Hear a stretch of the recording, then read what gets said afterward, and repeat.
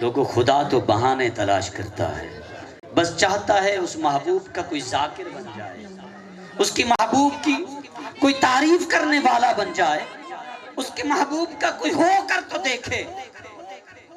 اللہ کریم فرماتا ہے قُلْ إِن كُنْتُمْ تُحِبُّونَ اللَّهَ فَاتَّبِعُونِي يُحْبِبْكُمُ اللَّهُ۔ رب فرماتے ہیں محبوب ان سے فرما دے تم میری محبت کے آہیں بھرتے ہو، محبوب کی اتباع میں آ جاؤ، تمہیں میری محبت کرنے کی ضرورت نہیں، میں خود خدا تمہیں اپنا محبوب بنا لوں۔ تو یہ جو محفلیں سجتی ہیں اس سے کچھ لے کر جانا ہوگا ہمیں اپنی نسلوں کی اپنی ایسی تربیت کرنی ہوگی جس سے مصطفیٰ کی ہمیشہ کی غلامی نصیب ہو جائے۔ میری مائیں بہنیں بیٹھی ہیں، حضرت بابا فرید الدین گنج شکر رحمۃ اللہ علیہ، آپ چھوٹے سے بچے تھے، ماں مصلی پر تشریف لے جاتی، بیٹے سے فرماتی آپ بھی وضو کر کے مصلی پر آ جاؤ۔ پوچھا اماں کیا ملے گا؟ ماں نے فرمایا بیٹا شکر ملے گی۔ اس بنا پر انہوں نے تھوڑی سی شکر اٹھائی مصلی کے نیچے رکھ دی، نماز سے فارغ ہوئے شکر اٹھا کر دے دی۔ ایک دن آپ شکر رکھنا بھول گئی، کہیں کام سے چلی گئی، اور یہ معمول تھا ہمیشہ شکر رکھ دیتی، جب نماز سے فارغ ہوتے تو انہیں شکر اٹھا کر دے دیتی۔ کسی کام سے گئیں، کسی محفل میں بھول گئیں شکر رکھنا، جب نماز کا وقت ہوا، آج ہم بے خبر ہوتے ہیں، نماز کا وقت بھی ہو جائے کوئی پرواہ نہیں ہے۔ ماں کو خبر ملی کہ نماز کا وقت ہو گیا اور شکر رکھنا تو بھول گئی، وہیں ہاتھ اٹھائے باری تعالیٰ شکر رکھنا بھول گئی ہوں، اپنے بیٹے کو نماز کا عادی بنانا مقصود تھا، آگے چلانا باری تعالیٰ تیرا کام ہے۔ بیٹے نے نماز ادا کی، حسب معمول نماز سے فارغ ہوئے، مصلی سائڈ پہ کیا، دیکھا تو شکر موجود ہے۔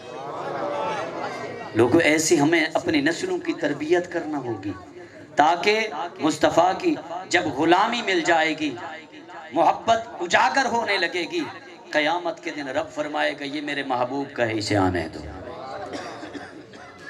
آخری حدیث پاک، نبی پاک صلی اللہ علیہ وسلم کی محفل کے اندر ایک شخص بیٹھے کرتے، ایک صحابی،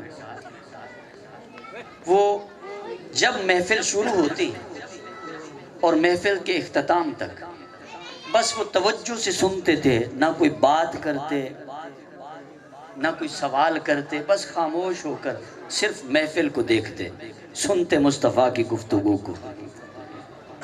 جب محفل ختم ہونے لگتی تو ان کا معمول تھا آخر میں ایک لطیفہ مصطفیٰ کو سنا کر ہنسا دیتے۔ صبح سے شام تک صحابی آتے، اپنے دکھڑے سناتے۔ یاد رکھ لیں سب سے دکھڑے سننے والی ذات مصطفیٰ کی ہے، یہ براہ راست تعلق ہے، اسی تعلق کو قائم کریں۔ صبح سے شام تک سارے صحابی آتے، اپنے دکھڑے سناتے، غم بھری داستانیں سناتے۔ آقا کریم اپنے صحابہ کے دکھڑوں کو سن سن کر آقا کے چہرے اقدس پر غموں کے آثار نمودار ہو جاتے۔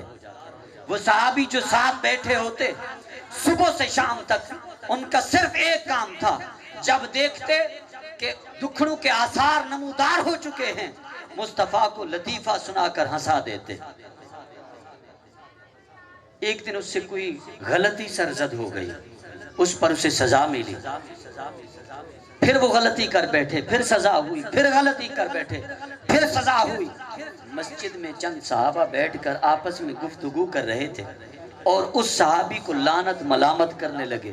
حدیث صحیح ہے، بخاری و مسلم کی حدیث پاک۔ میرے آقا کا وہاں سے گزر ہوا، فرمایا خبردار، وہ اللہ اور اس کے رسول سے محبت کرتا ہے، اسے لعنت نہ کرو۔ صحابہ نے سوال کر دیا آقا صبح سے شام اس کا کوئی کام تو نہیں دیکھتے، نہ نمازوں کی کثرت نہ بندگی بجا لانے کی کثرت دیکھتے ہیں، آقا پھر اللہ اور اس کے رسول کا محب کیسے بن گیا؟ میرے آقا نے فرمایا تم دیکھتے نہیں ہو، صبح سے شام تک ہر کوئی آ کر مجھے اپنے دکھڑے سناتا ہے اور یہ مجھے محبت کرنے کی خاطر میرے غموں کو دور کرنے کی خاطر یہ مجھے لطیفہ سنا کر مجھے ہنسا دیتا ہے۔ لوگوں سنو، مصطفیٰ کو ہنسانا مصطفیٰ کی محبت کے بغیر نہیں ہو سکتا۔ لوگوں مصطفیٰ اور اللہ یہ چھوٹی چھوٹی محبتوں کو تلاش کرتے ہیں۔ دعا ہے رب کائنات آقا سے ایسی محبت کرنے کی توفیق دے، اور میرے دعا گو ہوں یہ جو سارے لوگ آئے ہیں مصطفیٰ کی محبت کی خاطر آئے، اللہ اس محفل کو قبول فرمائے اور ہمیں ہماری نسلوں کو مصطفیٰ کا سچا عاشق اور غلامی نصیب فرمائے۔ وما علیہ الا البلاغ المبین۔